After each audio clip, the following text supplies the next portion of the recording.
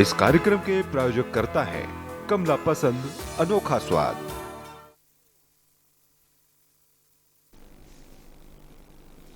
नमस्कार, मैं हूं प्रदीप विश्वकर्मा और आप देख रहे हैं आज का मुद्दा। और आज का हमारा मुद्दा है सम्राट मिहिर भोज की लड़ाई, राजपूत और गुर्जर पर आई।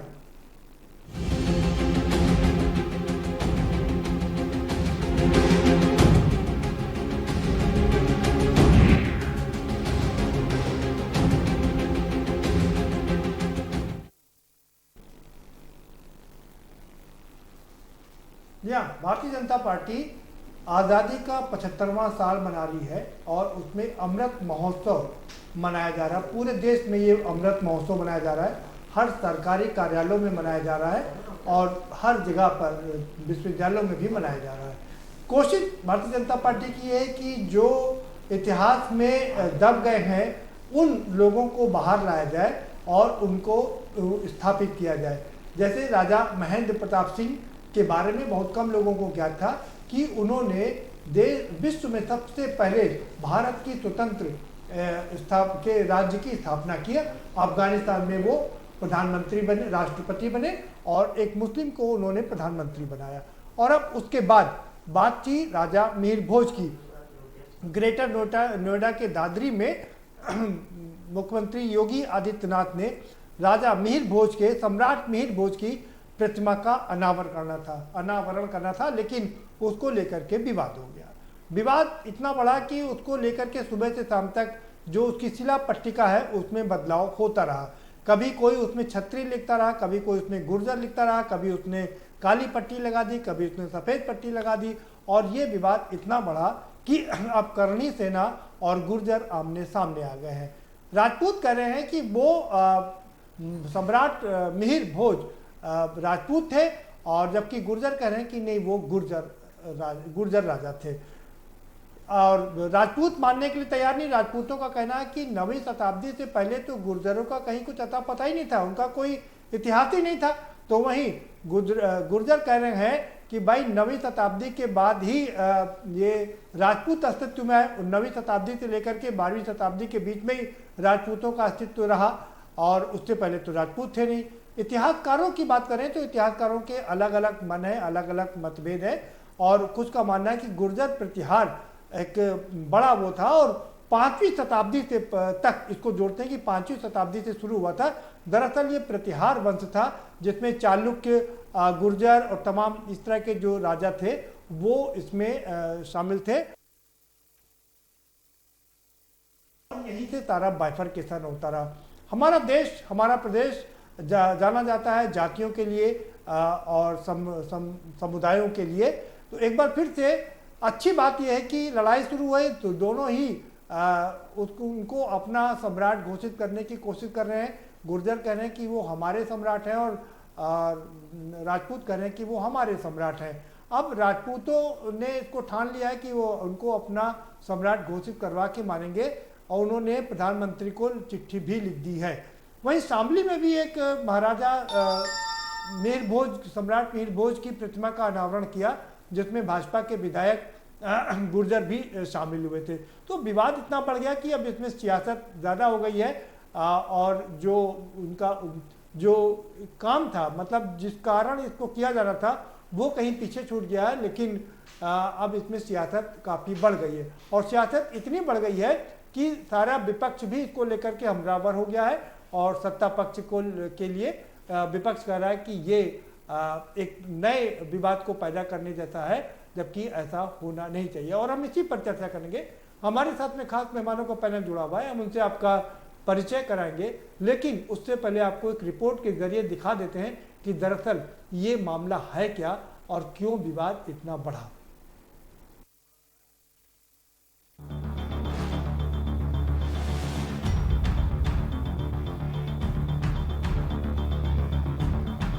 मेरठ के दादरी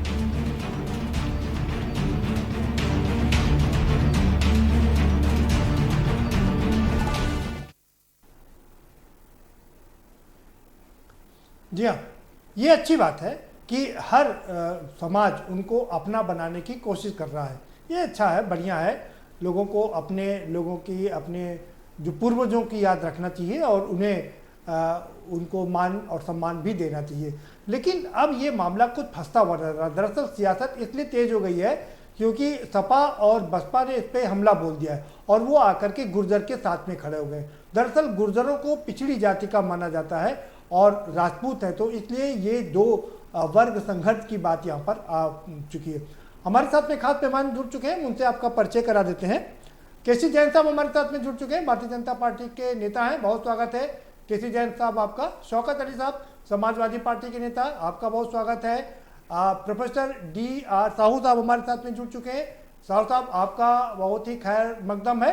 और हमारे साथ में वरिष्ठ पत्रकार मनोज मिश्रा जी भी जुड़ चुके हैं। मनोज जी आपका बहुत स्वागत है। और लखनऊ स्टूडियो से हमारे साथ में प्रदीप सिंह जी जुड़ चुके हैं। प्रदीप जी आपका भी बहुत स्वागत है। और हम सीधा रुक करेंगे केसी जैन साहब का। केसी जैन साहब भाई आपने मतलब ये तो वही वाली कहावत होगी ना, होम करते ही हाथ जल गया। आप तो गए थे एक बड़ा काम करने के लिए कि इसकी वजह से मूर्ति लगा देंगे तो लोगों का सम्मान हो मतलब महाराजा मिहिर सम्राट मिहिर भोज का सम्मान हो जाएगा, आपका मान बढ़ेगा, सम्मान बढ़ेगा, लोग आपको वोट देंगे। यहाँ तो पासा ही पलट गया। देखिए आदरणीय प्रदीप जी, पहली बात तो ये है कि भारतीय जनता पार्टी किसी भी महापुरुष का सम्मान करती है, किसी भी महापुरुष की मूर्ति लगाती है, तो वो इस दृष्टि से नहीं लगाती है कि वो किस जाति, किस धर्म, किस संप्रदाय से जुड़े रहे हैं या उनका जाति और धर्म क्या रहा है। वास्तविकता ये है कि जो भी महापुरुष हैं उन सारे महापुरुषों का भारतीय जनता पार्टी सम्मान करती है। रही बात राजा मिहिर भोज जी की, तो अगर इनकी मूर्ति भारतीय जनता पार्टी लगवाती है, इनके सम्मान में तमाम सारी घोषणाएं करती है, तो उनकी महानता को, उनके कार्यकलापों को ध्यान में रख करके भारतीय जनता पार्टी इस तरीके के कार्य करती है, न कि किसी वर्ग विशेष का, जात विशेष का, धर्म विशेष का वोट बैंक साधने के लिए इस तरीके के कार्य करती है। तो जब हमारा उद्देश्य सबको सम्मान देना है, आप देखिए अभी सरदार वल्लभ भाई पटेल जी के बारे में चर्चा होती है कि सरदार वल्लभ इसके ऊपर बैन लगाया और भारतीय जनता पार्टी उन्हीं की मूर्तियां लगवा रही, सबसे बड़ी मूर्ति मोदी जी ने उन्हीं की लगवा दी। तो देखिए अगर कहीं पे कुछ गलतियां किसी ने की तो वहां पे बैन भी लगा, लेकिन उसके बाद उन्होंने उसी बैन को समाप्त भी किया। लेकिन इसका मतलब ये नहीं कि उनके पे हम द्वेष पाल लें। अगर वो भारत देश की आजादी से लेकर के, आजादी के आंदोलन से लेकर के आजादी के बाद एक बड़े पद पे रहने के साथ साथ भारत देश को एकीकरण करने का काम सरदार वल्लभ भाई पटेल ने किया, हम उनको इस दृष्टि से देखते हैं। इस दृष्टि से नहीं देखते कि वो कांग्रेसी हैं, वो किस जात के हैं, किस धर्म के हैं, किस पार्टी आपका समय समाप्त हो गया है, आपकी बात पूरी हो गई है। मैं दोबारा से आपका रुख करूंगा जी। प्रदीप सिंह जी भाई, वो तो सम्मान देने की बात कर रहे हैं, वो तो आपके जो प्रतिमान है उनको भी सम्मान देने की बात कर रहे हैं। पटेल आपकी विरासत थे, पटेलों को सम्मान दे रहे हैं और तमाम लोगों को सम्मान, और आप उसमें राजनीति कर रहे हैं आप लोग। प्रदीप जी, किसी भी महापुरुष का सम्मान करना सरकारों का कर्तव्य होता है, लेकिन जब भारतीय जनता पार्टी की बात आती है तो आप देखिए 1925 से लेकर जब से संघ की स्थापना हुई और आज तक लगातार इन्होंने महापुरुषों का अपमान ही किया है। चाहे पहले गांधी पे आरोप लगाते रहे, जब विदेशों में जाते हैं तो गांधी के सम्मान की बात करते हैं, इनके नेता मंचों से गांधी के सम्मान की बात करते हैं, इनके कार्यकर्ता गांधी को अपमानित करने का प्रयास करते हैं, नेहरू के कभी सम्मान की बात करते हैं, कभी नेहरू के अपमान की बात करते हैं, कभी इंदिरा जी के सम्मान की बात करते हैं, कभी इंदिरा जी के अपमान की बात करते हैं। पटेल जी की मूर्ति आपने विशालकाय मूर्ति लगा दी, अब उसके बाद उनके नाम का स्टेडियम का नाम बदल के मोदी जी ने अपने नाम से कर दिया। यहाँ पर वीरेंद्र प्रताप जी का उदाहरण आपके सामने है। अब ये देख लीजिए, यहाँ पर भी आप महापुरुषों को जातियों के आधार के आंकड़े पर बांटने का प्रयास करते हैं, तो निश्चित तौर पर कहीं न कहीं महापुरुषों को अपमानित करने का काम करते हैं। और वजह यह है कि इस समय चुनाव आने वाला है, इन मुद्दों पर चर्चा शुरू हो जाए, लोग इन सवालों को पूछने के बजाय कि आज इस देश में गन्ना किसान की स्थिति क्या है, किसान आज आंदोलित क्यों हैं, नौजवान आज बेरोजगार क्यों हैं, महंगाई इतनी बढ़ क्यों गई, कानून व्यवस्था ध्वस्त क्यों हो गई, इन मुद्दों पे चर्चा ना हो, चर्चा इन मुद्दों पे हो कि वीरेंद्र प्रताप जी की मूर्ति पर वीरेंद्र प्रताप जी के बिरादरी साहब हैं, राजा मिहिर भोज जी का किस बिरादरी से आते हैं, और पर आपसी विवाद होता रहा है, केवल मुद्दों को भटकाने की एक रणनीति है। ठीक। वो उस काम में एक असफल प्रयास उत्तर प्रदेश सरकार कर रही है। ठीक है।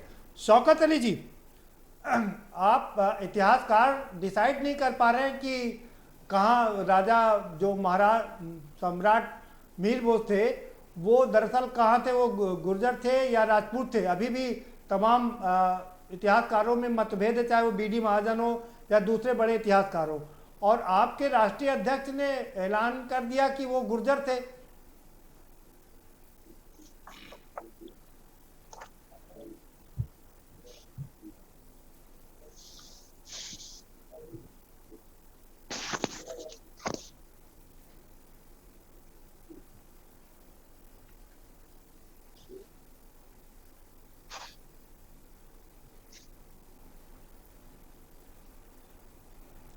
शौकत जी की आवाज़ हम तक नहीं पहुंच पा रही है और हम उनसे दोबारा संपर्क साधने की कोशिश करेंगे। इस बीच हम रुक कर लेते हैं मनोज मिश्रा जी का। मनोज जी, आप तो लगातार राजनीति को कवर करते रहे हैं और पूरे देश में भ्रमण भी करते रहे हैं, क्या लगता है कि ये लड़ाई अब जातियों की लड़ाई से हट करके सियासी लड़ाई हो गई है?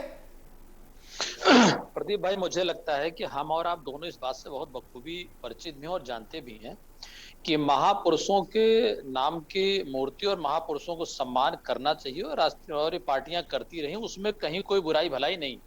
लेकिन जब मामला चुनाव से संबंधित हो और मामला लाभ लेने का हो, तो उसमें उस समुदाय को या उससे जुड़े लोगों को कहीं न कहीं परेशानी होती है, और ये पहली बार नहीं हुआ है।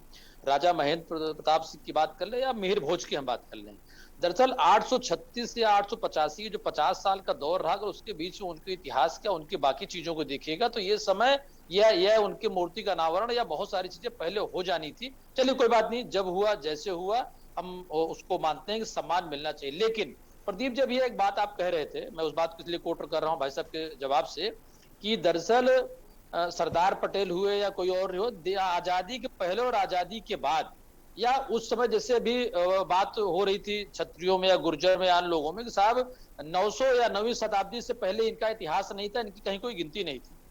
हम इतिहासकारों पे जाएंगे, किताब पे जाएंगे, चर्चा करेंगे, लेकिन तब तक ये समय निकल जाएगा। प्रदीप जी, हमने आपने कई बार ही देखा है कि जब ऐसे मुद्दों को 6 महीने बाद 2022 के बाद या चुनाव के बाद 23, 24, 25, 26 में ना विरोध करने वाले सपा बसपा ना ही बाकी अन्य लोग इस पे बहुत चर्चा करेंगे। लेकिन ठीक है, नाराजगी कारण क्या है? चूंकि पश्चिमी उत्तर प्रदेश है, पश्चिमी उत्तर प्रदेश में अभी कई तरीके से, चाहे वो सत्ता दल हो चाहे विपक्ष दल हो, वो प्रयास भी इस बात कर रहा है कि लोगों से, महानुभूतियों से, महान भावों से जोड़े, और कई लोग उसका विरोध भी करें कि साहब ये तो इनकी लड़ाई तो हमने लड़ी है, या हमारे समाज या हमारे जाति या हमारे वर्ग की ये महापुरुष रहे, आप इनको कैसे ले सकते हैं?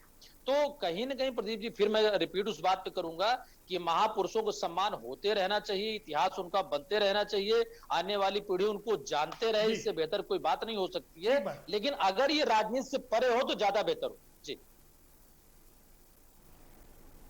बिल्कुल ठीक करें, सियासत ना हो तो ज़्यादा बेहतर होगा।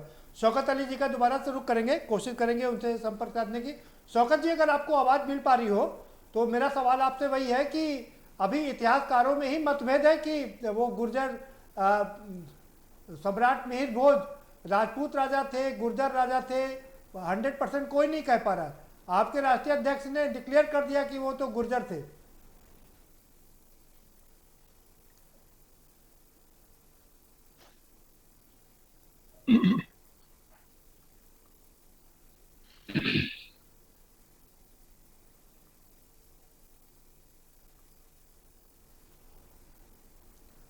शौकत अली जी, मैं आपसे एक अनुरोध करूंगा कि आप अपने मोबाइल की लीड ही निकाल दीजिए और फोन से ही बात कीजिए, क्योंकि आपकी आवाज हम तक नहीं पहुंच पा रही है।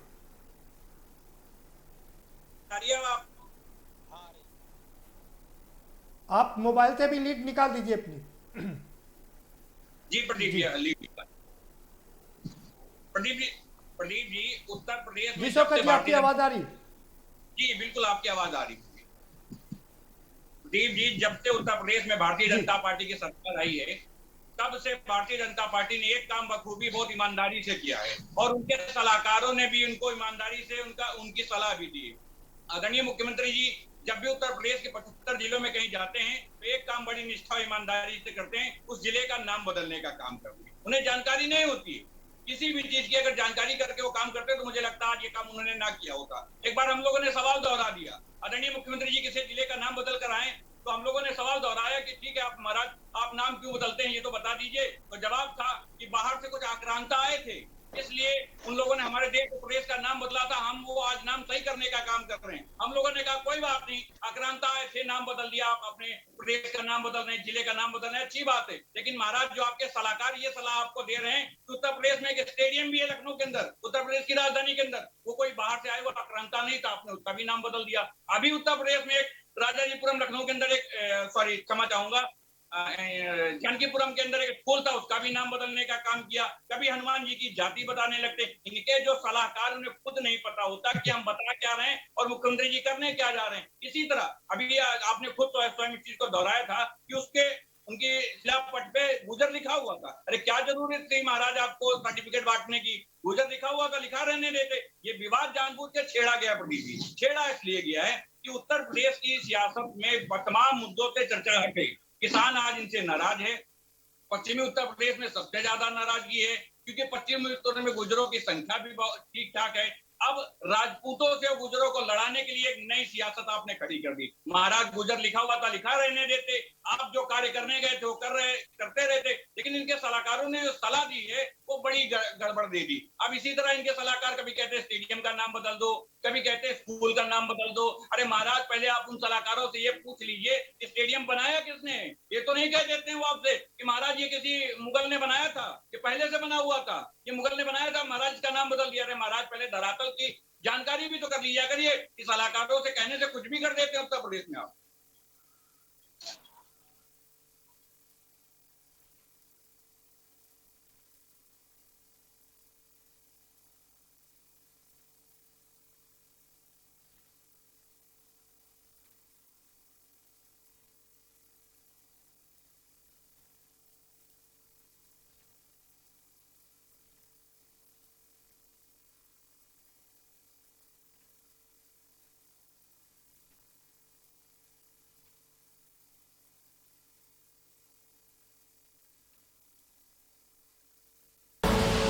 आप देख रहे हैं के न्यूज, खबरों का सारथी। किसानों की बढ़ी आमदनी, युवाओं को मिला रोजगार, उत्तराखंड सरकार का मिशन जलागम ने किया साकार। उत्तराखंड सरकार ने राज्य में सेब उत्पादन के जरिए लोगों की आय और रोजगार के साधन बढ़ाने में शानदार कामयाबी पाई है।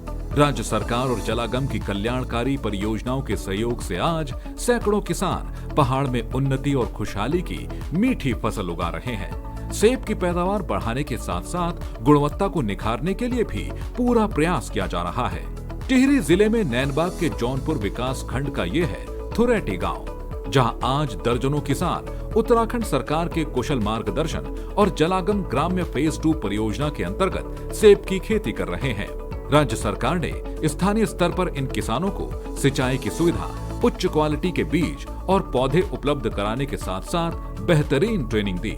इतना ही नहीं, पौधरोपण, ग्रेडिंग और पैकेजिंग के साथ मार्केटिंग में भी अपने किसान भाइयों को पूरा सहयोग दिया, जिससे आज पहाड़ के किसान खुशहाल हो रहे हैं। जलागम परियोजना ने अभूतपूर्व सफलता पाकर बदली पहाड़ की तस्वीर। राज्य सरकार सामुदायिक सहयोग से बदल रही सेब किसानों की तकदीर। सुपर चीफ, रेड वोलॉक्स, काला और जेरोमाइन की हो रही पैदावार, किसानों को रोपण, ग्रेडिंग, पैकिंग के साथ मार्केटिंग की मिली ट्रेनिंग। जलागम विभाग द्वारा हमको एक ट्रॉली दी गई, जिससे हमारा ढुलान में बहुत आसानी हुई। पिछली बार इन्होंने रूट स्टॉक के पेड़ भी दिए और उसके बाद जो है फिर सील्डिंग वाले पेड़ जो ग्राफ्टेड हैं वो भी दिए हैं। ग्रेडिंग पैकिंग वो भी दिया गया है और ग्रेडिंग वाली मशीन दी गई है।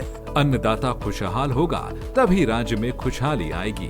इसी उद्देश्य के साथ आगे बढ़ रही है उत्तराखंड सरकार। मिल रहा सबका साथ, सबका विश्वास, हो रहा सबका विकास। उत्तराखंड खुशहाल बने, राज्य सरकार का यही है प्रयास।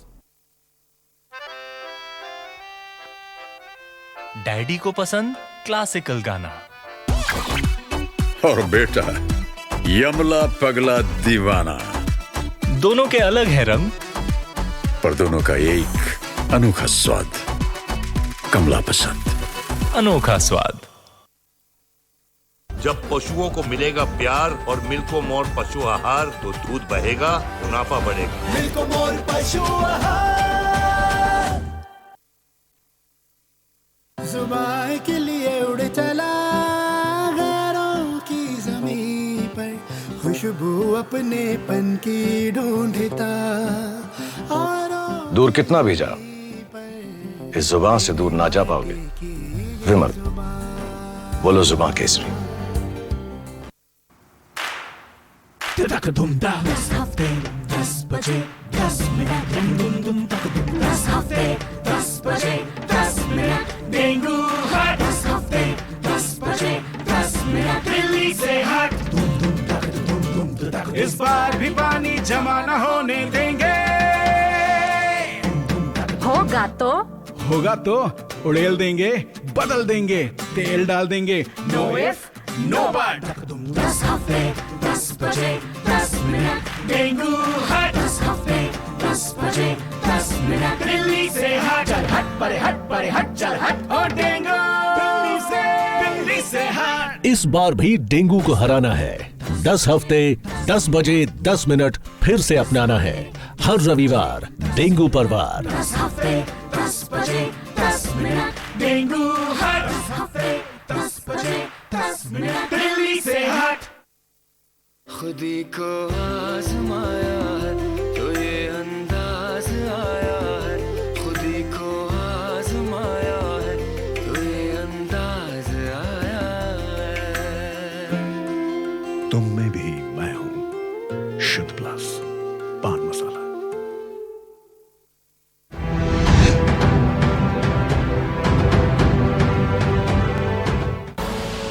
आप देख रहे हैं के न्यूज, खबरों का सारथी।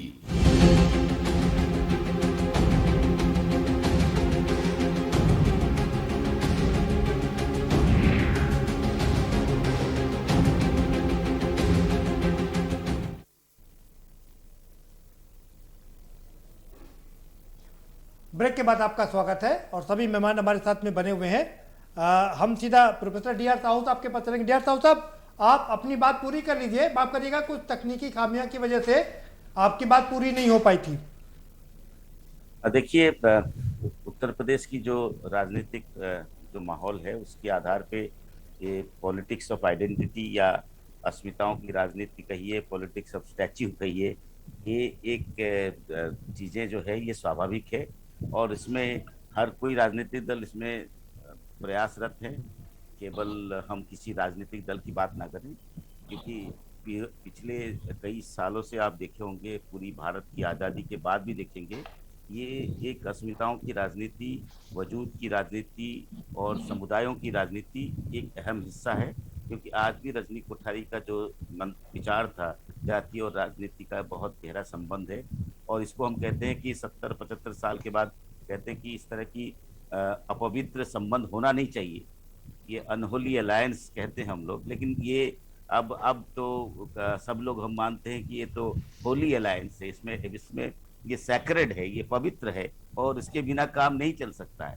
तो इन सभी चीजों को यदि हम देखें तो मेरा ये मानना है कि हम इतिहासकार की यदि बात करें, इसमें एक अध्ययन होता है तो इसको हम कहते हैं इतिहासों की पुनर्निर्माण, reconstruction of the past events. इसके आधार पर जब हम बात करते हैं तो ये कहीं ना कहीं दिलचस्प हो जाता है कि एक विचार है, किसी ने लिखा और उसके बाद दूसरी विचार आ जाता है, अलग अलग ओपिनियन आता है, तो उसमें एक दिलचस्पी पैदा करता है। और ये इंटरप्रिटेशन या एक तरह से हिस्ट्री, इतिहास के माध्यम से जो नैरेटिव्स प्रस्तुत होता है, एक वर्णन प्रस्तुत होता है, उस नैरेटिव्स के साथ कुछ लोग उसकी वाद विवाद प्रतियोगिता की तरफ हम चलते हैं। और ये खास तौर पे राजनीतिक विचारों में और जातियों के आधार पे, समुदाय के आधार पे ये एक सनसनी, जिसको कहते हैं सेंसेशन, पैदा करता है। और खास तौर पे हमारे मनोज जी ने ये बात को कहा कि 2022 मई जून के बाद 2024 तक ये साफ हो जाएगा, समाप्त हो जाएगा। उसके बाद फिर शुरू हो जाएगा 24 की चुनाव में पहले या चुनाव के बाद। तो ये एक प्रक्रिया है। इसमें हर कोई राजनीतिक दल, मेरा ये मानना है कि हर कोई राजनीतिक दल, चाहे वो 2007 में देखिए, 2007 से 12 देखिए, 2012 से 17 देखिए, 2017 से 22 देख रहे हैं, तो इसमें सभी लोग कहीं ना कहीं इसको मनाते हैं और इसको एक औजार, एक टूल की तरह इस्तेमाल करते हैं। और इसमें हम लोग ये कहना चाहते हैं कि आप सभी के माध्यम से, डिमांड जहाँ है सप्लाई है, जहाँ पे आवश्यकता है वही सप्लाई होता है। ये डिमांड और सप्लाई की जो बात है, बिल्कुल ठीक कर रहे हैं प्रोफेसर डी आर साहू साहब। मतलब कि हमारे जो लोग हैं वो अब टूल बन गए हैं, मतलब हमारे राजा महाराजा भी सब टूल बन गए राजनीति के। बिल्कुल ठीक कर रहे हैं। केसी जैन साहब के पास चलेंगे। केसी जैन साहब भाई, ठीक जी, देखिए। हाँ साहू साहब, अपनी बात पूरी कर लीजिए। तो मैं यही कहना चाहता हूँ कि इसमें ये आजकल स्वाभाविक प्रक्रिया की तरह हम देख रहे हैं, और ये बड़ी अनफॉर्चुनेट है, बड़ी दुखद कहानी है, और बड़ी इस बात पे 75 साल हम आजादी के बाद जहां विकास की बात करनी चाहिए, जैसे कि हमारी बात में कोई शक नहीं है। ये अलग बात है कि आजादी के 75वां साल मनाया जाए, अमृत महोत्सव मनाया जाए, और जो हमारे महापुरुष हैं जिनको किसी ने कभी पूछा नहीं है उनको वापस लाया जाए, ये अच्छी बात है। लेकिन उनके जरिए सियासत किया जाए, ये ठीक नहीं। कैसी जैन साहब, भाई मनोज मिश्रा कह रहे हैं कि जब जब चुनाव आएगा तब तक ये प्रतीक सामने आएंगे। क्या इस देश में खाली प्रतीकों की लड़ाई होगी, या जो वास्तविक जो दिक्कतें हैं, परेशानियां हैं, उन पर भी कभी ध्यान दिया जाएगा? दीप जी, हम लोग लगातार चर्चा भी करते हैं, डिबेट पे भी बैठते हैं, साथ ही साथ जो भी राजनीतिक दल है, पक्ष या विपक्ष, सदन से लेकर के सड़क तक जनता के अधिकारों की बातें, पक्ष विपक्ष तमाम सारी चीजें होती हैं। लेकिन जो सम्मान की बात हो रही है, जो महापुरुषों के सम्मान की बात हो रही है, तो आप देखिए कि यहाँ पर ये है, क्योंकि सत्ता पक्ष को भी वही राजनीति भा रही है और विपक्ष को भी वही राजनीति भा रही है। सत्ता पक्ष भी अपने इन्हीं नैरेटिव सेट करके किसी ना किसी महापुरुष को आगे करके लड़ाई जीतना चाहता है, और विपक्ष भी यही कर रहा है, और जनता फंस गई है दोनों के बीच में। देखिए, ऐसा बिल्कुल नहीं है, क्योंकि देखिए, अगर मैं फिर वो एग्जाम्पल ले रहा हूं कि अगर सरदार वल्लभ भाई पटेल की बात कर लीजिए, तो क्या इनको वो उचित सम्मान कांग्रेस ने दिया, जो कांग्रेस इनको मानती है कि मेरी थाती है, केवल इन पे हमारा अधिकार है, हमारा कॉपीराइट है? क्या गांधी जी को कांग्रेस ने वो सम्मान दिया जो उनको वास्तव में मिलना चाहिए था?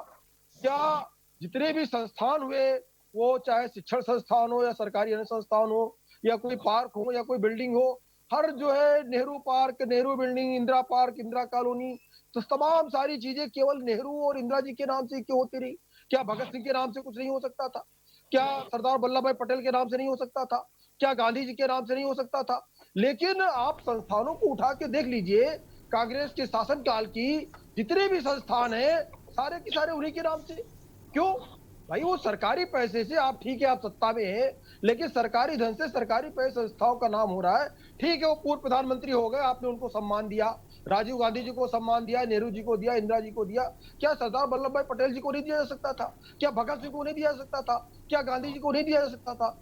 तो जो अधूरे काम है उनको पूरे करने का काम भारतीय जनता पार्टी की सरकार कर रही है। आप देखिए, राजा महेंद्र सिंह के अगर यूनिवर्सिटी कॉलेज की स्थापना की बात भारतीय जनता पार्टी ने की, माननीय मोदी जी ने उसकी नींव रखी और वो उसके बिल्डिंग बनाने की बात कही, उस पर भी समाजवादी पार्टी को आपत्ति हो गई। कहा कि ये जो है स्वतंत्रता संग्राम सेनानी जरूर थे, लेकिन ये भाजपा के विरोधी थे, और भाजपा आज इनकी मूर्ति लगा रही है, इनके नाम से कॉलेज और डिग्री कॉलेज और यूनिवर्सिटी बना रही है, गलत हो रहा है। अरे क्यों गलत हो रहा है? तो कुल मिलाकर के वैचारिक लड़ाई अगर कहीं पे है भी तो वो अलग बात है, लेकिन जिन्होंने भारत देश की आजादी से लेकर के भारत देश के विकास में, भारत देश को आगे बढ़ाने में, या जिनकी वजह से भारत देश सिरमौर रहा, उनको हमें नहीं भूलना चाहिए। तो ये प्रतीक बिल्कुल नहीं भूलना चाहिए। ठीक है। शौकत अली साहब समाजवादी पार्टी से हमारे साथ है। शौकत अली साहब, सवाल दे, काय समस्या आपको हो रही है? बिल्कुल नहीं प्रदीप जी, लेकिन ये प्रतीकात्मक है। जैसे कि सरदार वल्लभ भाई पटेल जी की एक बड़ी मूर्ति लग गई, तो एक संदेश गया, लोगों ने उनको फिर से पढ़ा, क्या थे, तो युवा था, उसने देखा, जाना, उसको समझा। तो कुल मिलाकर के देखिए प्रदीप जी कि जहां पे सम्मान की बात है, तो सम्मान केवल एक परिवार को सम्मान नहीं मिलता रहेगा, कि केवल गांधी परिवार को सम्मान मिलता रहेगा, जो है चाहे इंदिरा गांधी हो, चाहे राजीव गांधी हो, चाहे नेहरू जी हो। नेहरू जी का सम्मान तो माननीय मोदी जी ने मंच से किया, अपने 26 जनवरी और 15 अगस्त के भाषण में भी किया। लेकिन क्या तकनीकी खराबी है। मैं आरिश अजहर आपके साथ डिबेट को आगे लेके चल रहा हूं। केसी जैन साहब, मैं चाहूंगा कि शौकत अली साहब से जवाब ले लेते हैं। समाजवादी पार्टी के शौकत अली साहब हमारे साथ हैं। शौकत अली साहब क्या कहेंगे भाई, क्या समस्या है?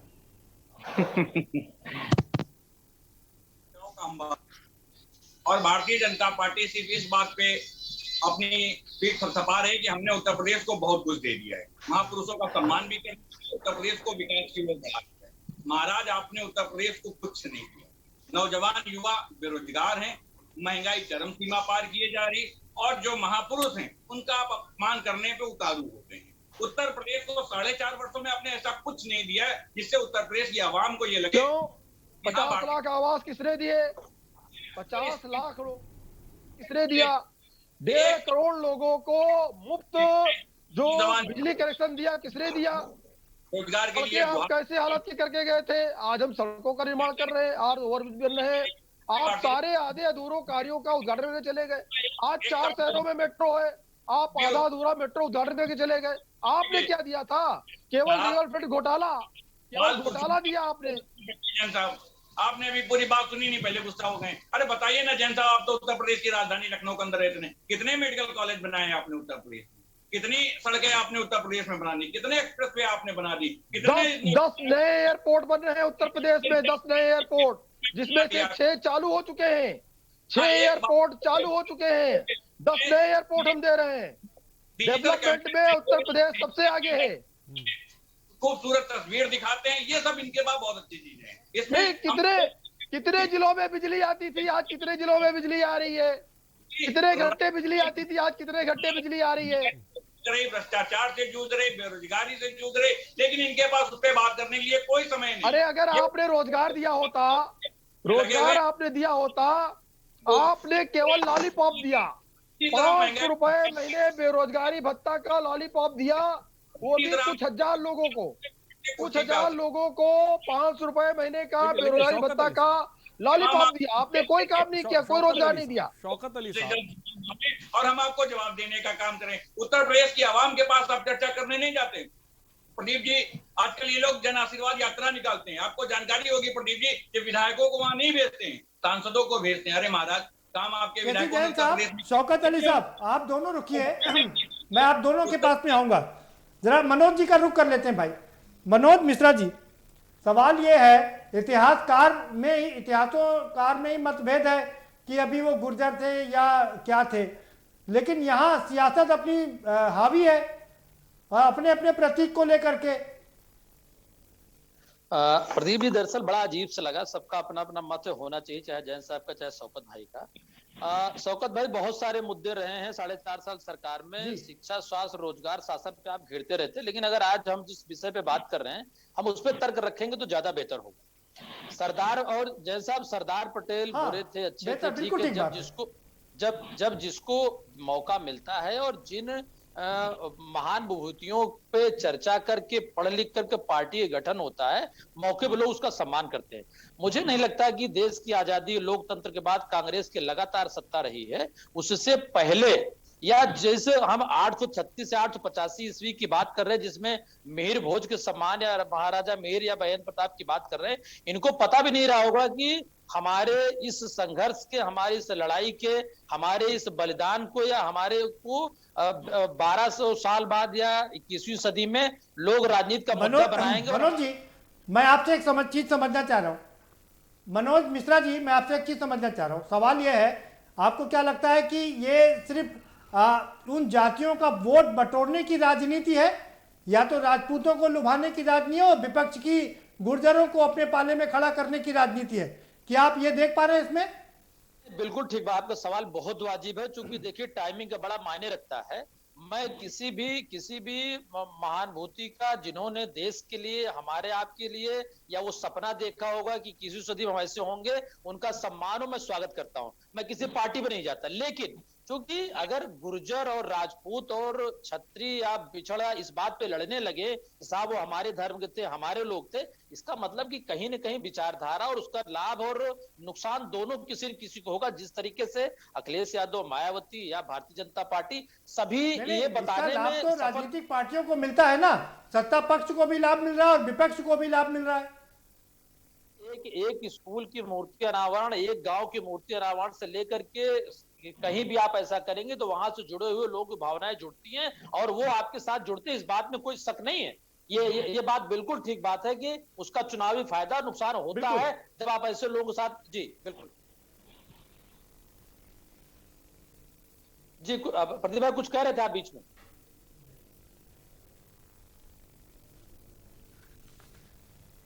मेरी आवाज आ रही प्रदीप जी आपको? मेरी आवाज आ रही? जी जी आपकी आवाज आ रही है। मैं वही कह रहा हूं कि इन सब चीजों का लाभ होता है, अगर लाभ और नुकसान नहीं हो तो जैन साहब लगातार चर्चा क्यों करते, सरदार पटेल को क्यों भूलते? भाई सरदार पटेल के इतिहास को सरदार दोनों को मैं इसीलिए कह रहा हूं मनोज जी ना कि सत्ता पक्ष को भी लाभ मिलता है और विपक्ष को भी लाभ मिलता है। आपके पास आऊंगा, हालांकि आप इतिहास के स्टूडेंट रहे हैं, इतिहास आपने पढ़ा है। जरा साहू साहब के पास चलते हैं, साहू साहब प्रोफेसर है। साहू साहब इतिहास की अगर हम बात करें तो गुर्जर कह रहे हैं 9वीं शताब्दी से पहले तो ये राजपूत थे ही नहीं, तो वहीं राजपूत कह रहे हैं कि गुर्जर 8वीं शताब्दी के पहले गुर्जर ही नहीं थे, तो कैसे उनके हो सकते हैं? ये क्या, ये सिर्फ एक तोड़ मरोड़ करके पेश करने की बात है और सिर्फ लाभ लेने की बात आप देख रहे हैं क्या इसमें? देखिए बहुत सारे समाज विज्ञान में हम लोगों के अध्ययन में ये आता है, जातिगत अस्मिताओं को मजबूत करने के लिए तरह तरह की अवधारणाएं भी समाज विज्ञानी ने दिया है, जैसे संस्कृतिकरण।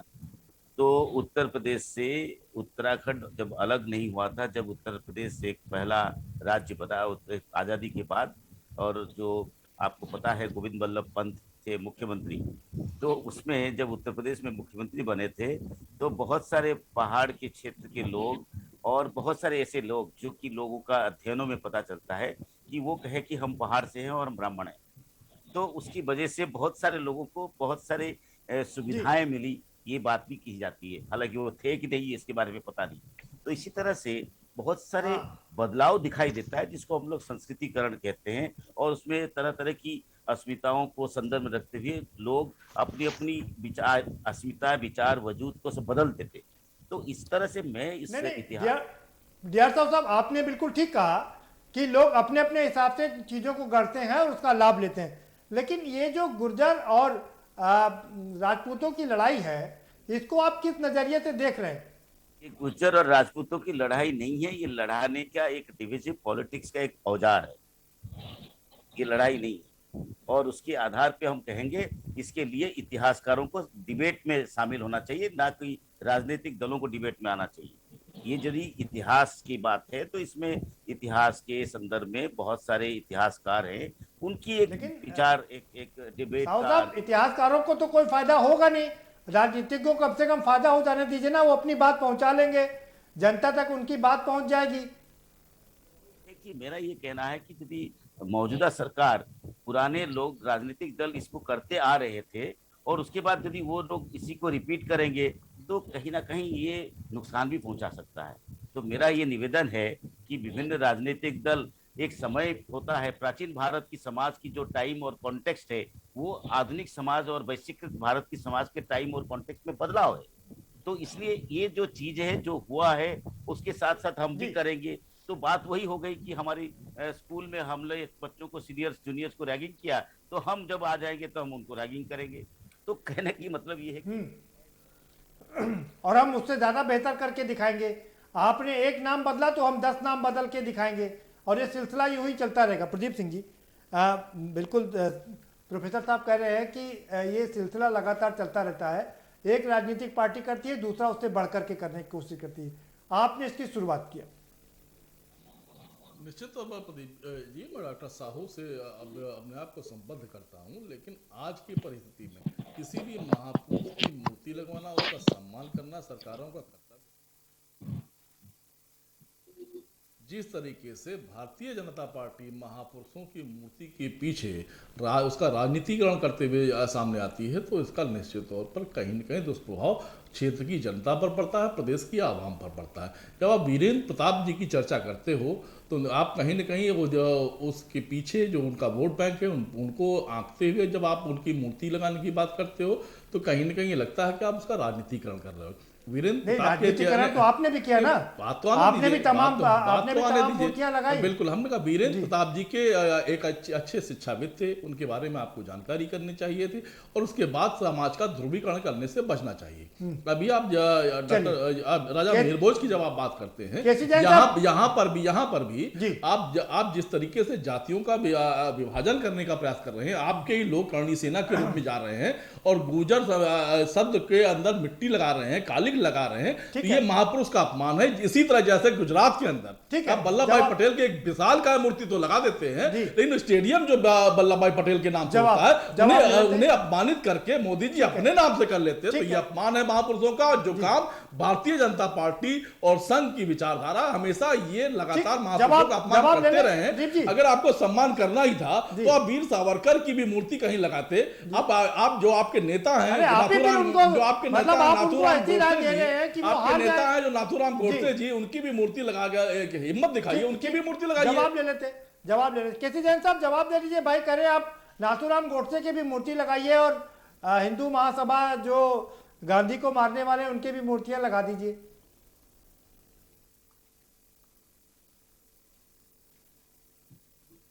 हेलो, हाँ आप ही से बताइए। गोडसे की मूर्ति नहीं लगवाई, ना तो उसका कभी समर्थन किया। हम लोग गांधी जी की विचारधारा का समर्थन करते हैं, अहिंसावादी विचारधारा का समर्थन करते हैं और देश का संविधान भी अहिंसावादी विचारधारा को बल देता है। तो भारतीय जनता पार्टी ने, चलिए ठीक है, अगर ये चर्चा कर रहे हैं कि आपने मूर्ति मिहिर भोज जी की लगा दी, इतनी पुराने महापुरुष की मूर्ति लगा दी, वर्तमान के लोगों ने नहीं लगाई, लेकिन महेंद्र प्रताप जी की मूर्ति पे को क्या आपत्ति है? अरे आपको महेंद्र प्रताप जी की मूर्ति पे क्या आपत्ति है? उनको आपने कितना सम्मान दिया? कांग्रेस ने कितनी मूर्तियां लगवाई महेंद्र प्रताप जी की? बिल्कुल नहीं, किसी भी महापुरुष के मूर्ति से किसी भी राजनीतिक दल को, समाज के अंतिम व्यक्ति को कभी आपत्ति हो ही नहीं सकती। मूर्ति से पूरा देश भर दिया आपने। केवल एक परिवार चलेगा, केवल एक परिवार चलेगा। पहले बाबा, फिर बेटा, फिर पोता, फिर परपोता। ये राजतंत्र है क्या? ये लोकतंत्र का माहौल उड़ा रहे हैं, आपकी राजतंत्र की दुहाई दे रहे हैं। क्यों है माफी सावरकर की मूर्ति लगवाने से डरते नहीं चलेगा? ये राजतंत्र नहीं चलेगा। अंदर नाथूराम गोडसे जी की पूजा करने के बाद बाहर खुलेआम स्वीकार करने से डरते क्यों हैं? नहीं चलेगा, ये राजतंत्र नहीं चलेगा, ये लोकतंत्र है।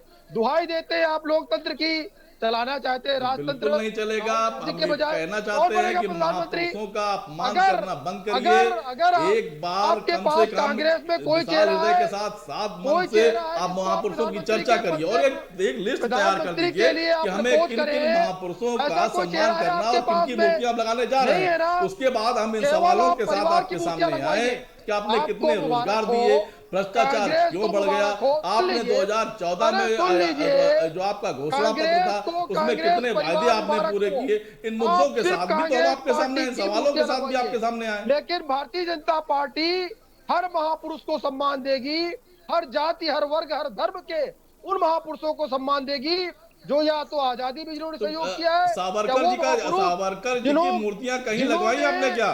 जिन्होंने भारत देश को, सावरकर जी की मूर्ति कहीं पे लगवाई है क्या आपने? अरे आप तो वैक्सीन को बता, वो जगह बता दीजिए जहां भारतीय जनता पार्टी ने सावरकर जी की मूर्ति लगवाई है। राहुल गांधी जी ने वैक्सीन बताइए। मैं बताऊं, वैक्सीन राहुल गांधी जी ने लगवाई नहीं लगवाई ना? यही मैं कहना चाहता हूँ कि आप इन महापुरुषों का सम्मान नहीं करते, आप उनका राजनीतिकरण करना चाहते हैं और इस माध्यम से अपने ही लोगों के माध्यम से समाज के अंदर बंटवारे की कोशिश कर रहे हैं जो नाकामयाब होगी। अगर हम इंदिरा गांधी जी की मूर्ति लगा दे तो राजनीतिकरण नहीं है, राजीव गांधी की लगाए तो राजनीतिकरण नहीं है, नेहरू की लगाए तो राजनीतिकरण नहीं है। लेकिन अगर सावरकर जी की लगाइए, सावरकर जी की कहाँ लगाई आपने बताइए? लगाएंगे। प्रदीप जी मैं बताऊं, अरे बताइए तो एक जगह। अंडमान निकोबार जी आ रहा हूँ। अंडमान निकोबार जहाँ पे काला पानी की सजा हुई वहाँ उनका मंदिर बना हुआ है, लगी हुई मूर्ति। प्रदीप जी, मूर्ति भी लगी जी, हुई है। मैं करेक्ट करना चाहूंगा क्योंकि चैनल पे बार बार सवाल पूछा की मूर्ति कहाँ लगवाई बताइए। अरे बता रहे अंडमान निकोबार लगाई है उन्होंने। आप लोग को इतिहास ही नहीं पता है भाई प्रदीप जी। नहीं, अंडमान निकोबार में तो लगी तो सबको बताया जो उसका कार्यक्रम हुआ था। ये भी ये बताएं कि उत्तर प्रदेश के अंदर पूरे हिंदुस्तान में कहाँ पे इन्होंने सावरकर जी की मूर्ति लगाई है। ठीक है, ठीक है। प्रदीप जी चाहते हैं कि राहुल गांधी जी की मूर्तियां भारतीय जनता पार्टी लगवाए, इसलिए इनको पीड़ा हो रही है। जिंदा रहते हुए अपने नाम से स्टेडियम बनाने का साहस सिर्फ नरेंद्र दामोदर दास मोदी जी कर सकते हैं। ठीक है, ठीक है। कोई भी मनोज जी अपने जिंदा रहते अपने नाम की मूर्ति नहीं लगवाता। ठीक है, मनोज जी के पास चलते भाई। आ रहा हूँ कैसी जनता आपके पास भी। मनोज जी, ये इतिहासकार दो तरह से अलग अलग की बात कर रहे हैं। गुर्जर कह रहे हैं कि ये राजपूत जो है 9वीं शताब्दी से लेकर के 12वीं शताब्दी के बीच में आए, और राजपूत कह रहे हैं कि गुर्जर 8वीं शताब्दी से पहले थे ही नहीं। अब इसका फैसला कैसे होगा? इतिहासकारों का मत भिन्न भिन्न है इसमें। मुझे लगता है प्रदीप भाई, आज संयोग की बात है कि आपके नाम के कई लोग बैठे, पर कांग्रेस प्रवक्ता प्रदीप जी आप काफी बार हम लोग मिल चुके हैं, बैठे, आप जानते हैं और हम भी जानते हैं। सवाल ऐसे नहीं होने चाहिए जिसका जवाब निहित है। मैंने आपको जवाब दिया कि वीर सावरकर की मूर्ति और मंदिर कहाँ है, और वो मेरा कार्यक्षेत्र पहले था, अभी भी अंडमान निकोबार पोर्ट ब्लेयर। आप प्रदीप भाई साहब आपके सवाल के जवाब में आते हैं।